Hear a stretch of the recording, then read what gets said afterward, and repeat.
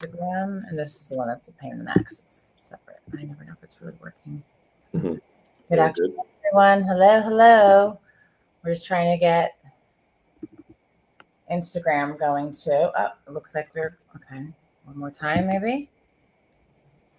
Okay, we are live on Instagram and we are live on LinkedIn, YouTube, Facebook.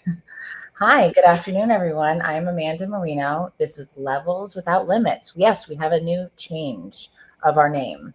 I decided to change the name along with my team to be able to reach a broader population. So Levels Without Limits. You're my first guest on the new name. This is Tim O'Leary. Hello. Hi, everybody. Hi, Amanda. Hi. If you could just introduce yourself to viewers, a little bit about you and your background. Sure, certainly. First of all, thanks for having me. It's a real honor to be the first guest on this show. That's pretty cool. Okay. Hi, everybody. My name is Tim O'Leary. I am the co-founding director of a drug and alcohol rehabilitation center in Phuket, Thailand, known as Miracles Asia. We founded Miracles 8 years ago now. Oh my goodness, that's 2017. Yeah, 8 years ago. Yeah, and we started as a small company. It's just 3 founders, and we came together and began our journey with a 6-bedroom facility in Phuket, Thailand. And then we quickly grew to be where we are now at 32 beds. It's a renovated hotel that we took over during COVID, and we turned it into a purpose-built facility. And if anybody knows Phuket, Thailand, it's a pretty well-known holiday destination. So we have all the perks. Tell me a little bit about Phuket. Sure. So Phuket itself is, and I've been in Phuket for my entire life, up until a month ago when I just moved away.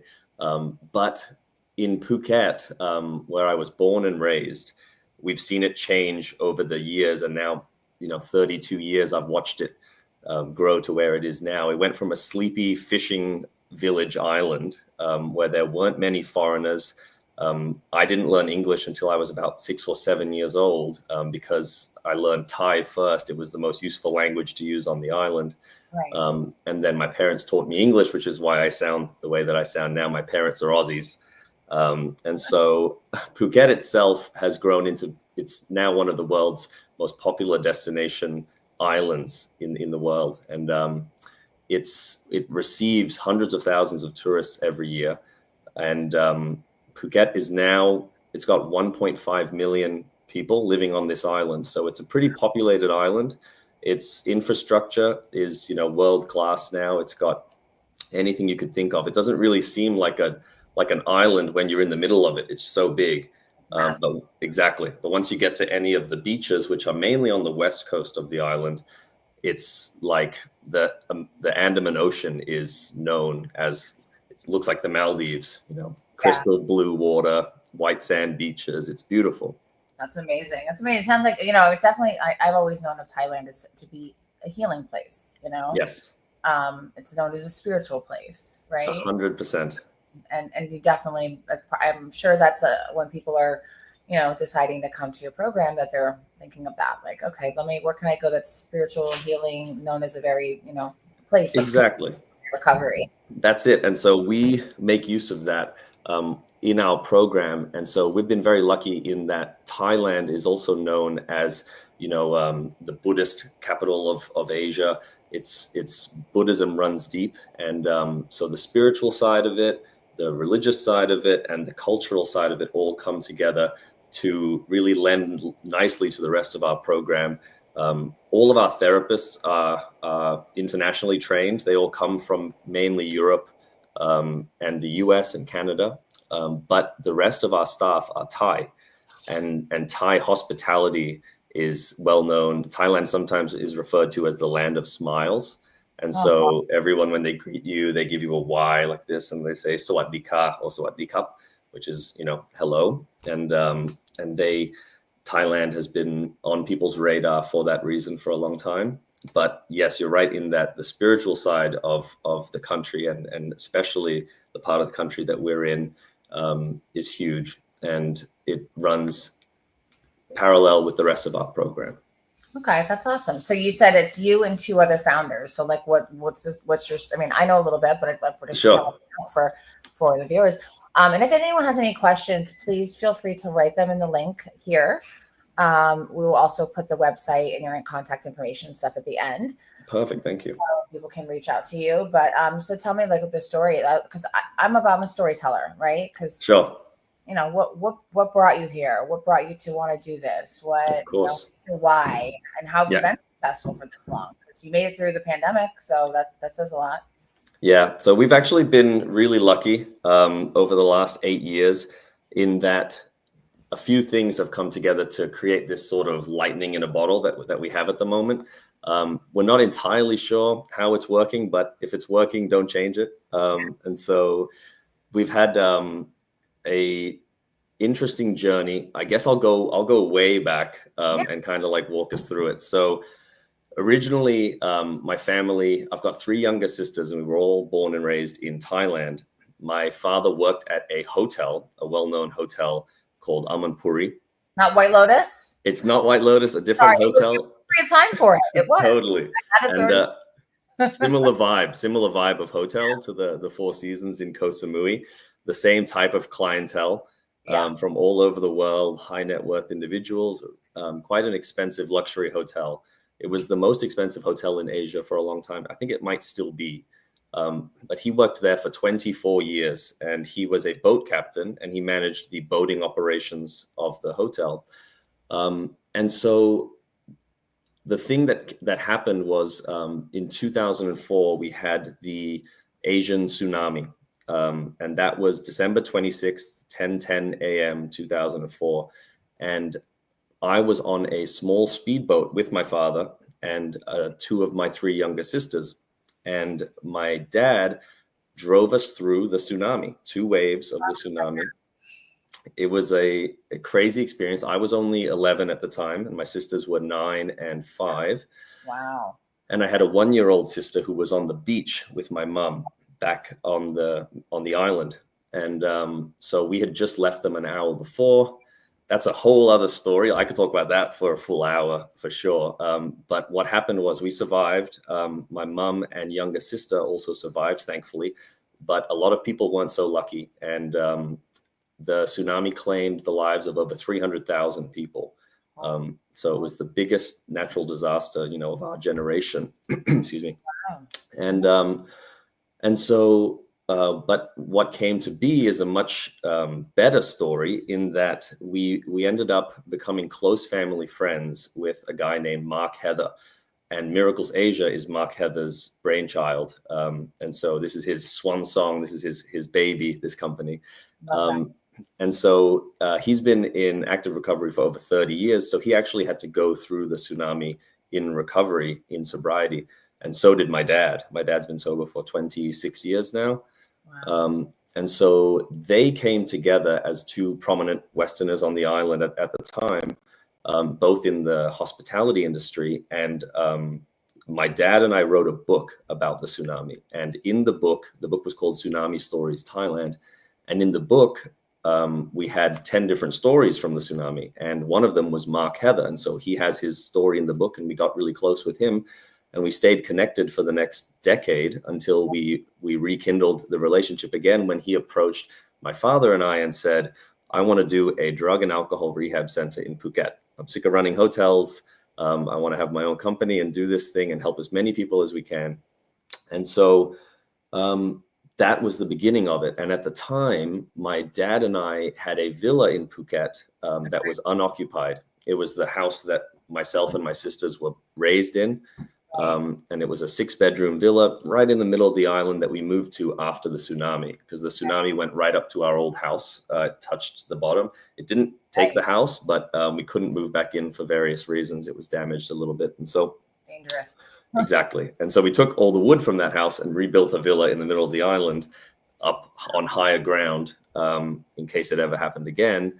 But then the rest of us, we all grew up and moved away. And my parents moved back to Australia. And so we had this house empty in the middle of the island, and it's a bit too big to rent out to other people. It was just kind of sitting there, and Mark approached us and said, I want to do a rehab. And so we said, can we start it at this villa and see if it even works as a concept, before we go and buy some big property or exactly. And so we started it there, and Mark came up with the name and the concept and everything. And I think it's worked really well this past 8 years. But we started at 6 bedrooms, and we were empty for months. And I think what we learned was that no one really wants to be the first client at your rehab. I know when people that open them here in the States, they say they will scholarship a few people to get a few people. Right. That's exactly what we did. And part of the concept from the beginning has always been to have about 10% of the clients be scholarship clients, because of the fact that both my father and Mark have been in active recovery for so long. And this is part of them giving back to the community. So we wanted to be helpful to the Phuket community. And what we thought was, at first we would be inundated with local clients. We thought people would come from the island and various other parts of Thailand. But what happened was we didn't really know much about the industry. And a lot of our clients ended up coming to us from all over the world. So we had one client who then went back to his home country. I think he was from the UK, and he told a few friends, and then more and more people started coming. So we're now what's called a destination rehab, and people come to us from everywhere. More and more people are coming from the United States. I found that to be interesting too. And I think that there is a big trend of that, like if you're going to go away and get your life together, why not make it a whole experience, right? Exactly. And 100%. And so that lends itself nicely to the fact that we have had, I think it's close to maybe 35 or 40% of our clients now come from North America. So the US and Canada, particularly from the West Coast. We get maybe 30% from the East Coast, but mainly the West Coast of the States because of its proximity to Asia. But I think now that we're looking more at the US market as a viable option for us, the East Coast might be more accessible through traveling through the Middle East on that side. So that's an interesting one. But as you were saying, Thailand lends itself very nicely to the rehabilitation process. And so with the atmosphere, with the calming environment, and what we're able to do as well is we're able to keep our costs so low because of our location. So Thailand is known as a cheap holiday destination, or a relatively inexpensive holiday destination. And so exactly. So our cost of labor, our hospitality side of things, our cost of food, our electricity, the salaries for all our staff are a lot cheaper than what they would be in the West. And so they're maybe a quarter of the cost. So we're able to keep our prices at a quarter of normally what typical rehabilitation prices would be, but still keep that high. And so you all do like at the level that you're doing. So you have it's clinical and it's also 12-step, and tell me a little bit about the programming. Sure. So that's exactly right. It is clinical, and we won't say we're a 12-step rehab, but the 12 steps run throughout what we do. So we actually have a CA meeting every day at the facility at 7 p.m. Thai time. People come and join locally. We have it on Zoom as well. So sometimes there'll be only 12 or 15 people, which is our typical group size at the rehab. There might only be a handful of people on the couches, but there might be 50 to 100 people up on the Zoom, zooming in from all over the world. So they get to hear firsthand, fresh recovery on our couches, while keeping them kind of thinking about, how close they are to that first drink or drug as well. So yes, the community that we've built on the island has been phenomenal. I think if you go around the 12-step recovery rooms on the island, maybe 50% of the people are ex-clients of ours that discharged locally, and they've been living in Phuket. So maybe 20 or 30% of our clients end up discharging onto the island, no matter where they come from. And they might live there for a year or two and then go back home after they've really settled down. But it's funny because I had started, obviously, right before we talked, I had done some research on Thailand. Okay. So my son, for his graduation, wants to go to Japan. Then I was also researching Thailand and Vietnam, just different things. And I did come across an article that so many Americans are retiring there too. And so A like, lot. and of course, what drew my attention to be like to my son, oh, you want to go to Japan? Well, I want to go to Thailand because I'm watching it in the middle of watching White Lotus, Right. and I'm knee deep in it, and it's like stunningly beautiful, the waters and the mountains and all of that. And then you reach out, and I'm like, we need to do this while it's still hot, like while I'm Totally. thinking about Thailand, right? Like it's 100%. all the And memes on social media going around about that show. You know the what I mean? White Lotus. The White Lotus. So can we dive into that a little bit? Yeah, that's a Is that great, okay? Yeah. Okay. Something So we won't spoil anything if anyone hasn't seen the final episode or anything like that. spoiler. But yeah, exactly. No spoiler zone. But interestingly, before I moved out here to the States, so I moved here just a month ago, but I was in Phuket up until, I guess just 6 weeks ago. And I met Mike White, who's the writer and director of the show White Lotus, hence the name White Yes. Lotus. And he's actually an actor from way back, and he was Ned Schneebly in School of Rock, which I loved as a kid. That was a great movie. Yes, great movie. Yeah, great movie. And so he was actually in Phuket filming the White Lotus, and I went to this show one night with all of our clients. We take our clients on these excursions, and there's one that we do every month called the Junkyard Theater. So that's a plug for the Junkyard Theater in Phuket. But it's this awesome show where they've repurposed a bunch of artwork and like different things from the island, and they put on this performance. And he went there, I guess, to kind of get some inspiration for the show or something like that. And he was there with his casting director, and met him briefly. And there's a few lines from the performance that he put in the show that the MC does every single time we go. And he took a few of those and put them in the show, which was pretty cool. That's and awesome. then the other part of that show is that I've got 3 younger sisters, and the middle one, Meg, she was in the show throughout all the episodes in the background as an extra. I did a lot of that in my I did a lot of extra work and a lot of It sounds like fun. Yeah, it's fun. Long days. Definitely. Exactly. 5 a.m. call time, makeup, and then for her just to be in the way background. It's so brilliant. It's such a creative, and like it's cliffhanger, keeping you on the edge of your seat the entire time. You are exactly on the edge of your seat with that show, and it's well written, well done.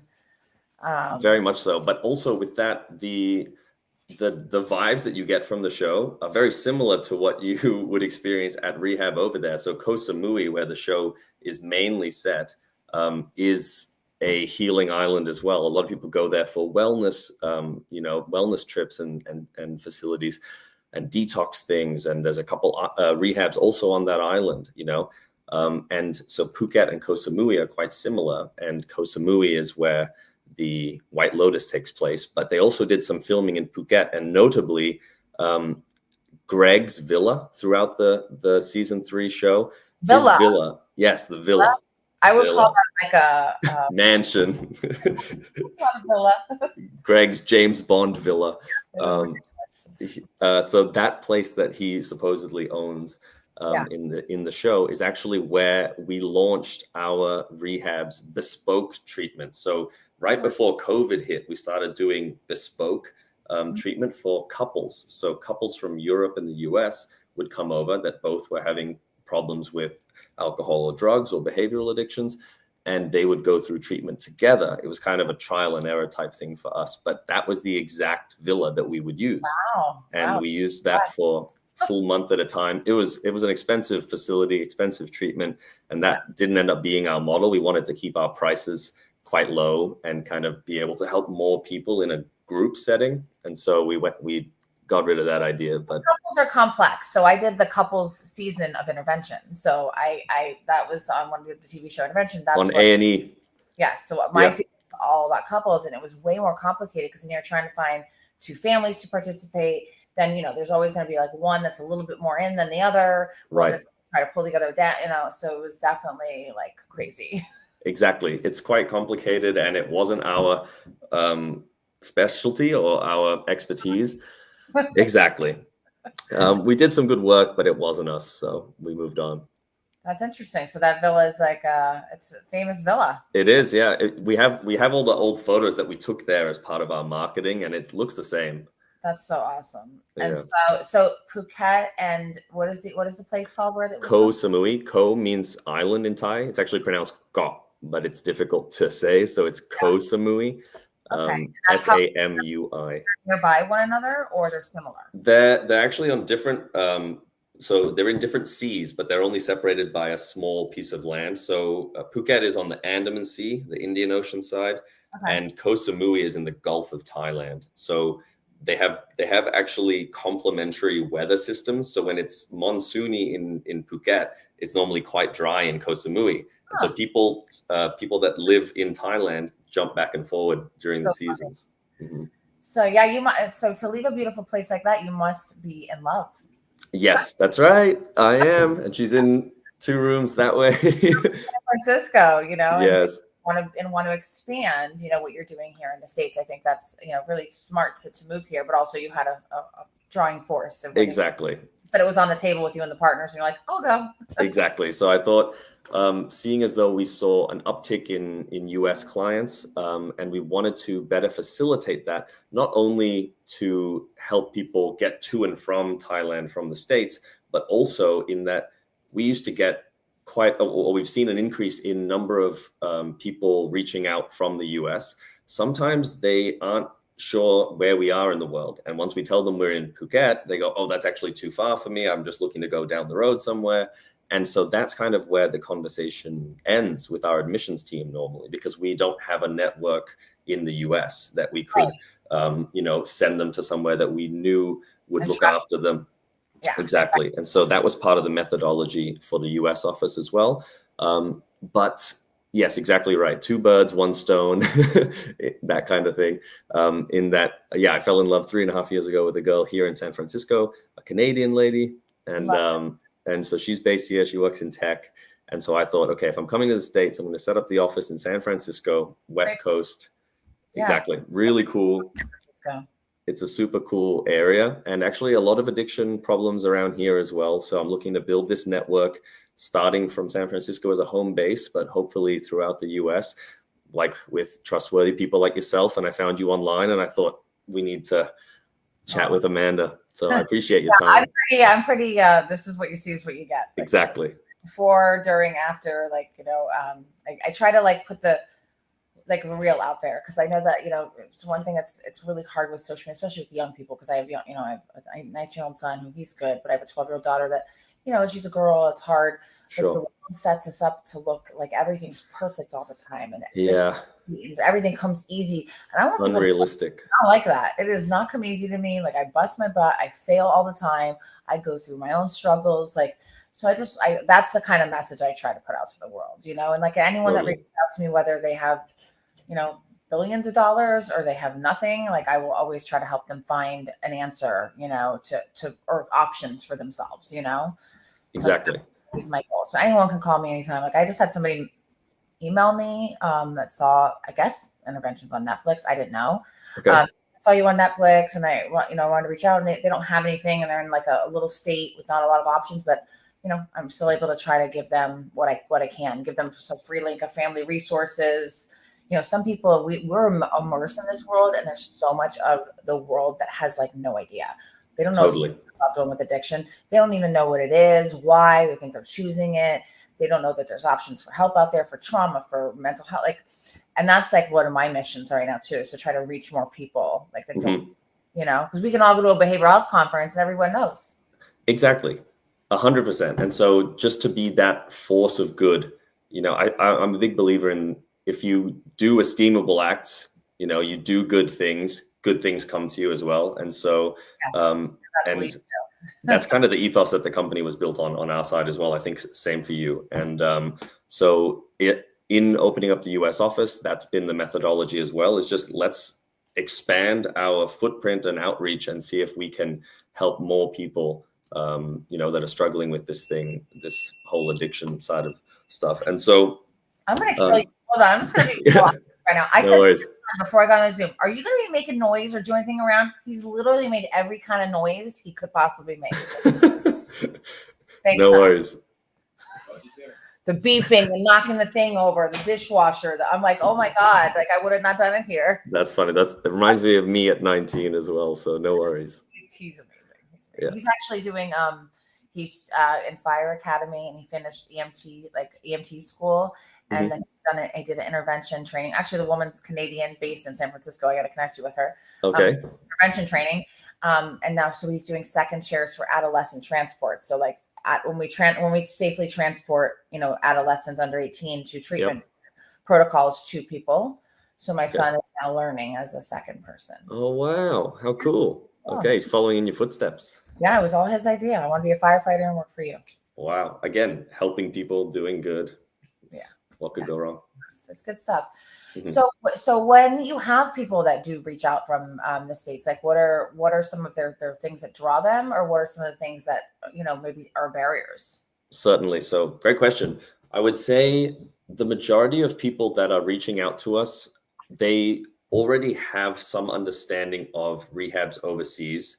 So they're looking to go far away, actually. Like their goal is to not stay where they are and to start fresh somewhere, or at least get away from all the current situations in their lives. And so Thailand has kind of come up in the last decade or so. There was a rehab called The Cabin, which kind of started. Yeah. And my friend, whole family and over there, and then they got stuck there in COVID. Yes. My friend Zena. Yeah. Zena. That's right. So she used to work at The Cabin, which was the largest rehab. It still exists. I thought it was gone. It closed during COVID, and they've reopened again under new management, I believe. They don't have as many rooms as they used to. At the highest point, they had 120 beds. Wow. So they were quite large in terms of Thai rehabs. We were 6 beds at that time, and they had 120. So we were looking up like, oh my goodness, what's going on? How are we ever going to do this? But Thailand is a close-knit group of rehabilitation facilities. We all know each other. Everybody knows all the other owners, and all the same staff have done stints at different ones, and they kind of know, they know the market. So, but in terms of, I forgot, what was I? What you started to say something, the draw. Like I know what brings people. Like I know this with many people when they're reaching out for help, they want to get as far away from themselves as they can. They think that further they can go away in the world, the country, or whatever, that's going to be a good place, right? Totally, exactly. Yes, that's right. Thanks for reminding me. It is appealing to go like, hey, let's make this a whole thing. Like I've definitely had clients ask for that experience many times. Totally. And so that's I would say that's maybe half of the people that want to just get really far away and want to go somewhere. They might know Thailand as, Eastern Buddhism, wellness, meditation type side of things.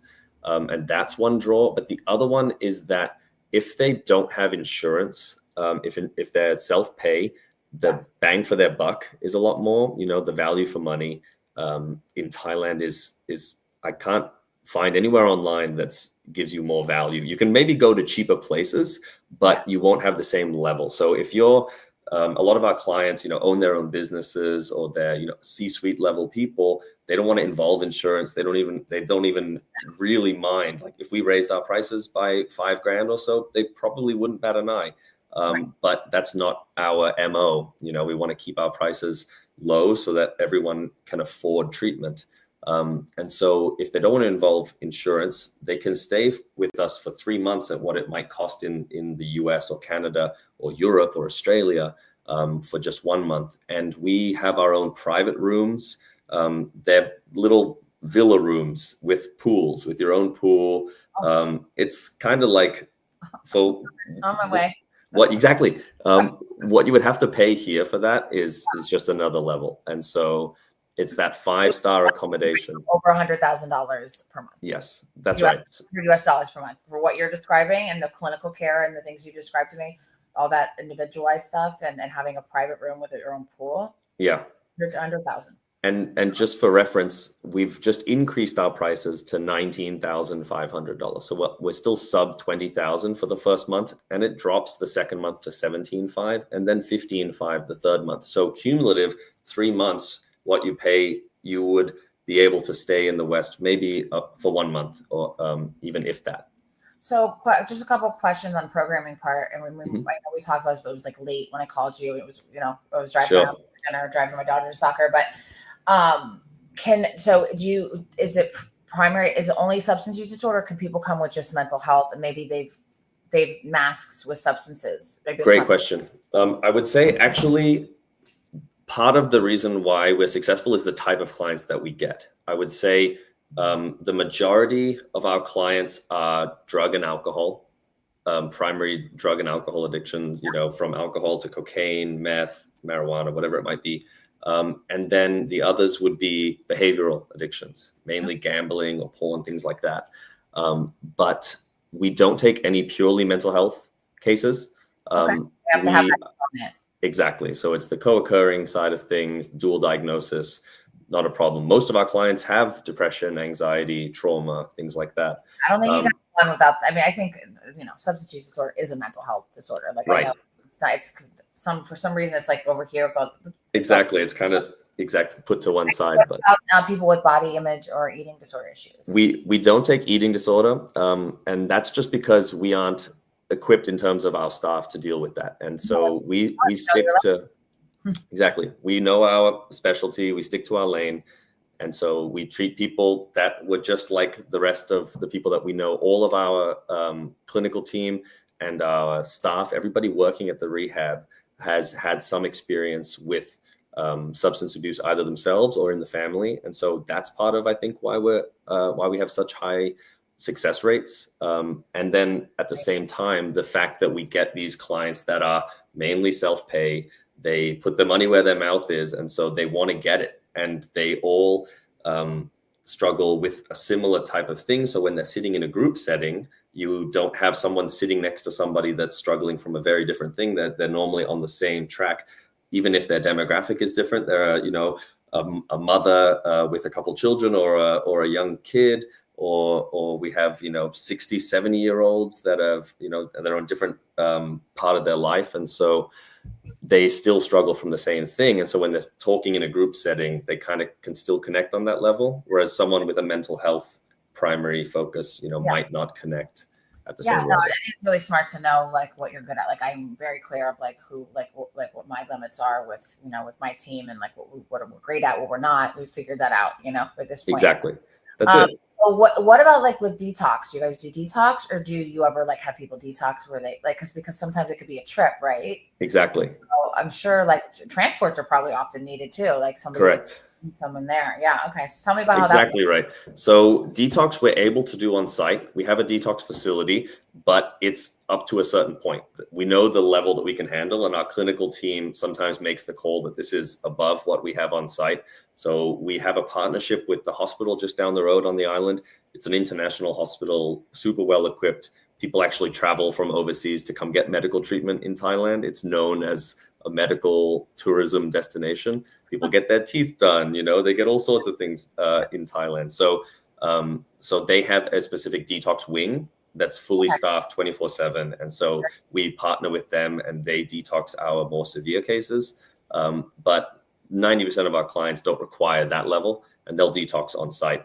If they're coming from really far, like the US, sometimes we'll partner with places to detox them beforehand and then have sober companion.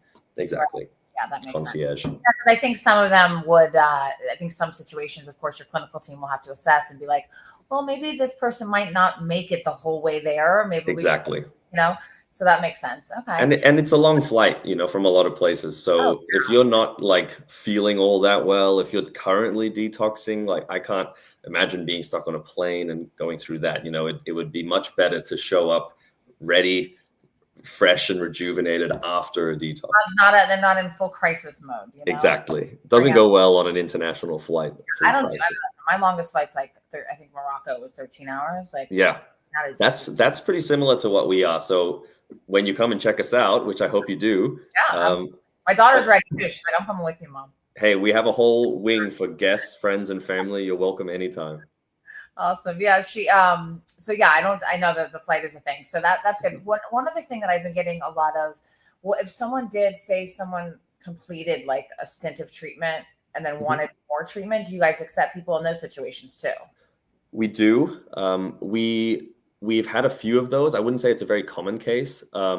Mainly, we will take people that have done a full treatment somewhere else. Right. As in they've already completed 30, 60, or 90 days. Not leaving. Exactly. They weren't discharged against clinical advice, and then they dumped on us, Yeah. So that would be the only thing I would say there is that, yes, people can come to us. We have clients come back that didn't slip or relapse, and they just want a refresher. They want 30 days, and get settled back into it. They might be feeling like they're on the path to relapsing or something. Or they just want to make sure that they remember everything that they learned and they want to reboot, because there might be years since they were there. So we also do that. How about family program, or like staying in touch with past clients, like alumni? I don't know what they call it, alumni with you, but yeah, exactly the same. And I think we do have some different terminologies, and I'm still trying to learn this PHP, IOP things that I'm learning here. Welcome to America. It's a whole lingo, these acronyms. I'll give you a one-on-one if you want. After. Please, yeah, like a little book I need, a pamphlet. But yes, so we do have family programs, not inpatient, so no one actually comes to us.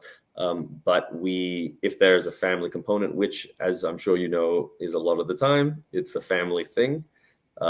Affair. It's a family affair. Exactly. So we have family sessions, separated at first with the clinical person in charge of the case. And then later on, if it's deemed appropriate, then together as a family cohort. A lot of the time, family are so emotionally invested in the client that they send to us that they actually travel out to visit. And we'll put them up nearby at a hotel, and they can come for like certain time frames and interact on site. Or if they're later on in their treatment, if they're in their second or third month, then sometimes we'll give them more leeway to go to a cafe and see their family or something, but with clinical staff, a sober support worker at least coming with them. That's great. That's awesome. And what about, how do you stay in touch with past former clients and alumni? Great question as well. We have an alumni program. And so every group that comes through, we call them cohorts. And we put them in WhatsApp groups and Facebook groups, and they stay in touch on those. And they really are quite active. Some people are daily, hey, everyone have a great day today. Here's some quote I read this morning, and that type of thing, or group photos from when they were there together. It's a lot of fun to watch. But also what we're working on at the moment is our own purpose-built app that will give you once you graduate. Yes. And so that way you're able to check in more easily and join those Zooms that we have twice a day, the morning check-in at 8:30 a.m. Thai time, and then 7 p.m. Thai time, which is the CA meeting broadcast everywhere. So people mainly join those two as part of the alumni group. You can stay connected.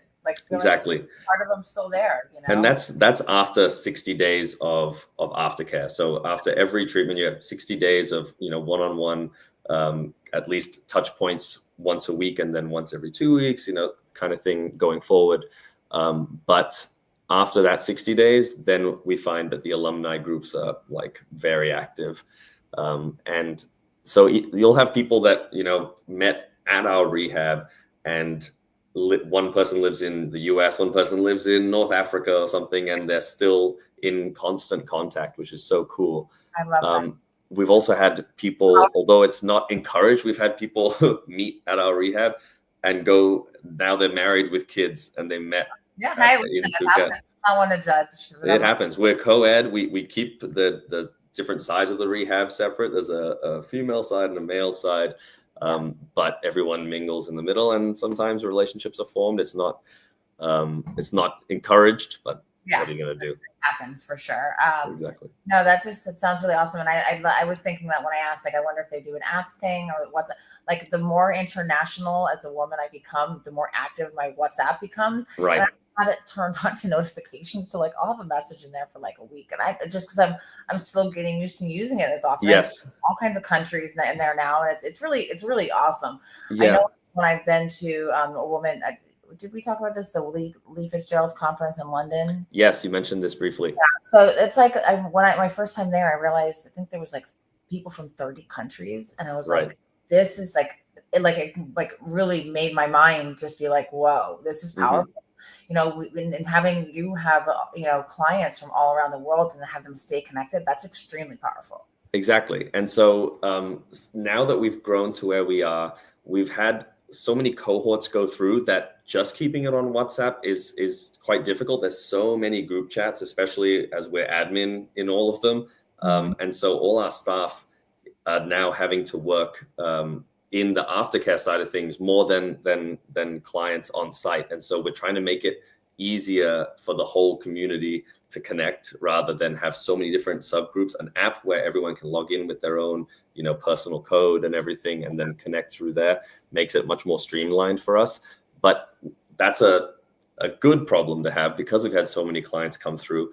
I think we've had 1,300 people, over 1,300 people come through our program. And we're really proud to say that we've still got close to 800 people still sober today. Our success rate, again, lightning in a bottle. We don't want to mess with it. I think it's a combination of all of what we've spoken about. And you guys you're pure. You know what I mean? Your intentions are pure. I mean, I come from, thank goodness Florida has cleaned up tremendously. But a few, say 6-8 years ago, it was crazy here. It was embarrassing for me to go anywhere in the country and say that I was from Florida and worked in Florida. Because there was so much stuff going on. So the character, who the people are, their why, I think all that stuff really matters. I mean, it does to me. 100%. It could be the best business center in the world if it's a bunch of crappy people behind it that are doing shady stuff. Sorry, I don't want to know.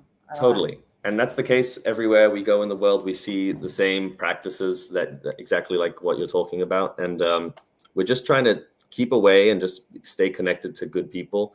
Absolutely. And keep focused on our lane and just help as many humans. Why, your mission, your why, and then the story of the hospitality too. I think there's a big gap between the behavioral health industry with our social media way behind.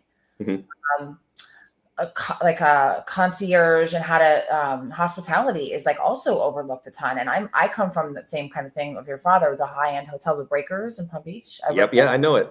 There for 4 years. Wow. And I was a concierge to the high-end guests. So that helped me to now in my business practices, I treat my team kind. I treat extra communication, all of those things. And I just don't think that that's thought of enough in behavioral health. We also have to provide good.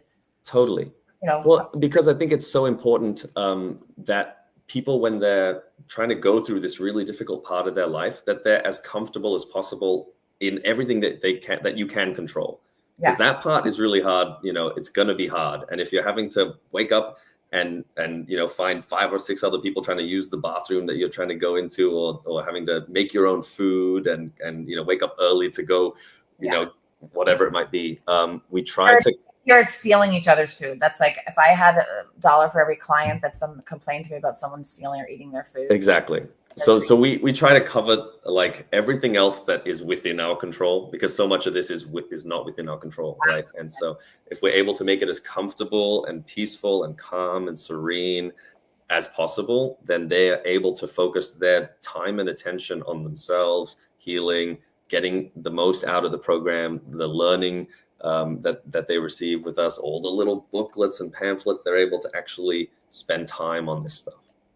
Awesome. I love that. So tell me a little bit about some of your clinical staff. What are their backgrounds and what are your kind of specialties as far as clinical modalities? Because people usually want to know that too.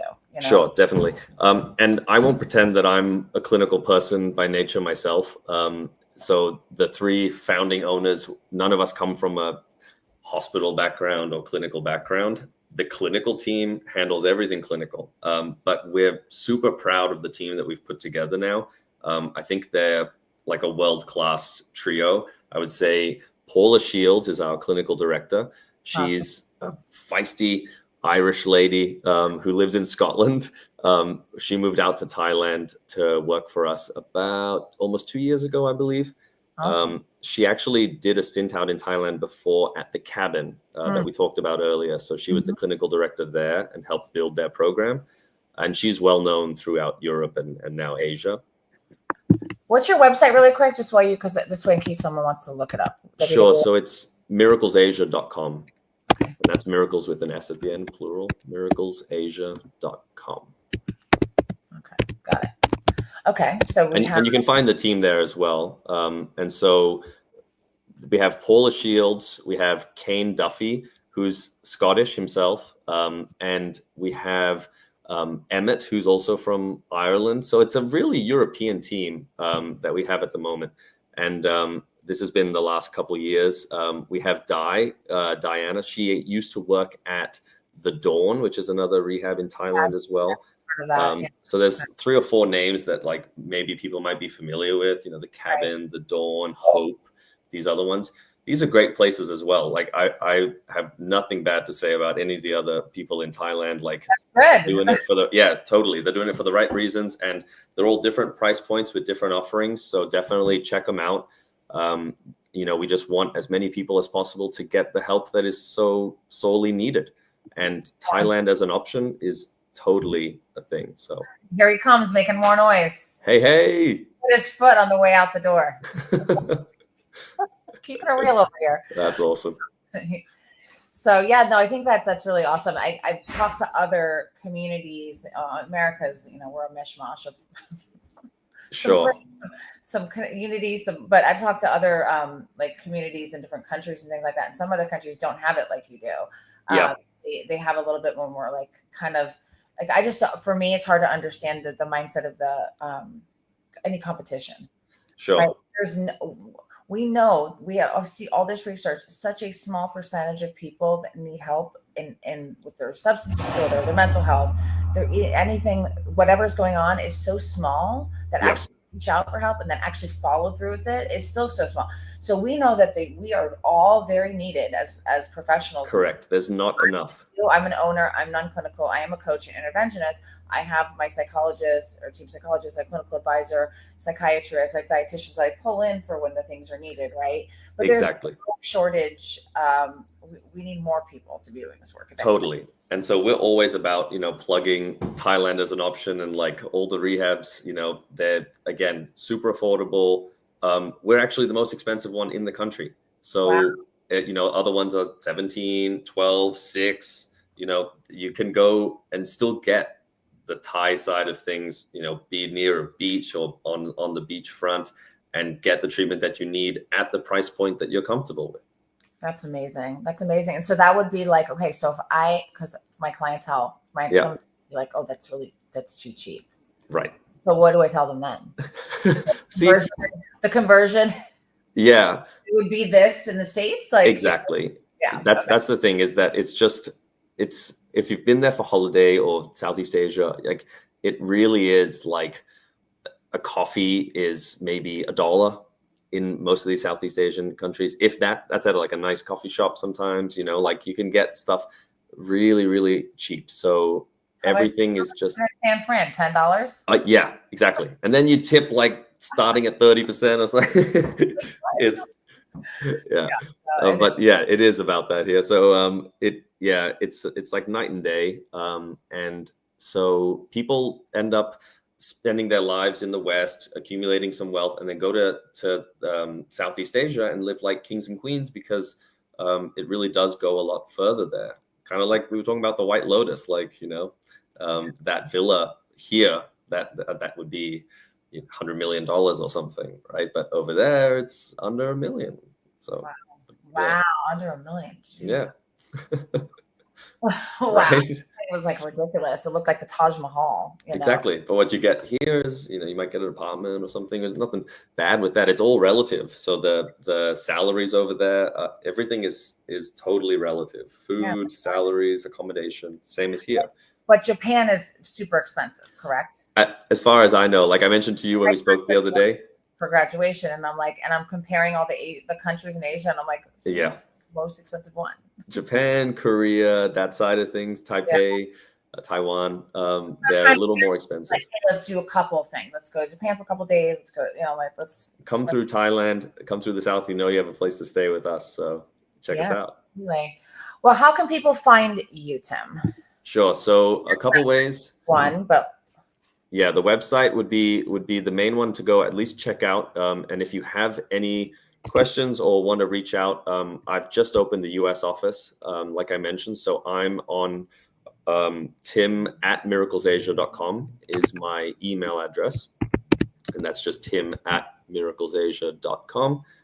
And then my phone number here. So anyone looking to reach out either from the industry or interested people, friends and families of people struggling with addiction or people struggling with addiction themselves can reach me on 415-603-9550. That's my US number here.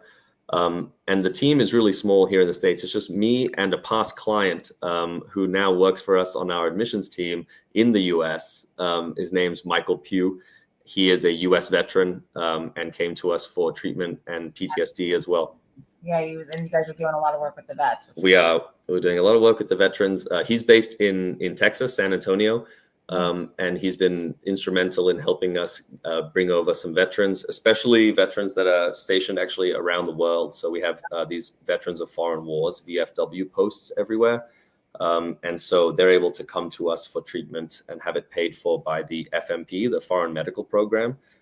So we're covered with them. We're a preferred vendor of the VA. And so people are able to, if you're a U.S. veteran as well, please reach out, and we'd love to.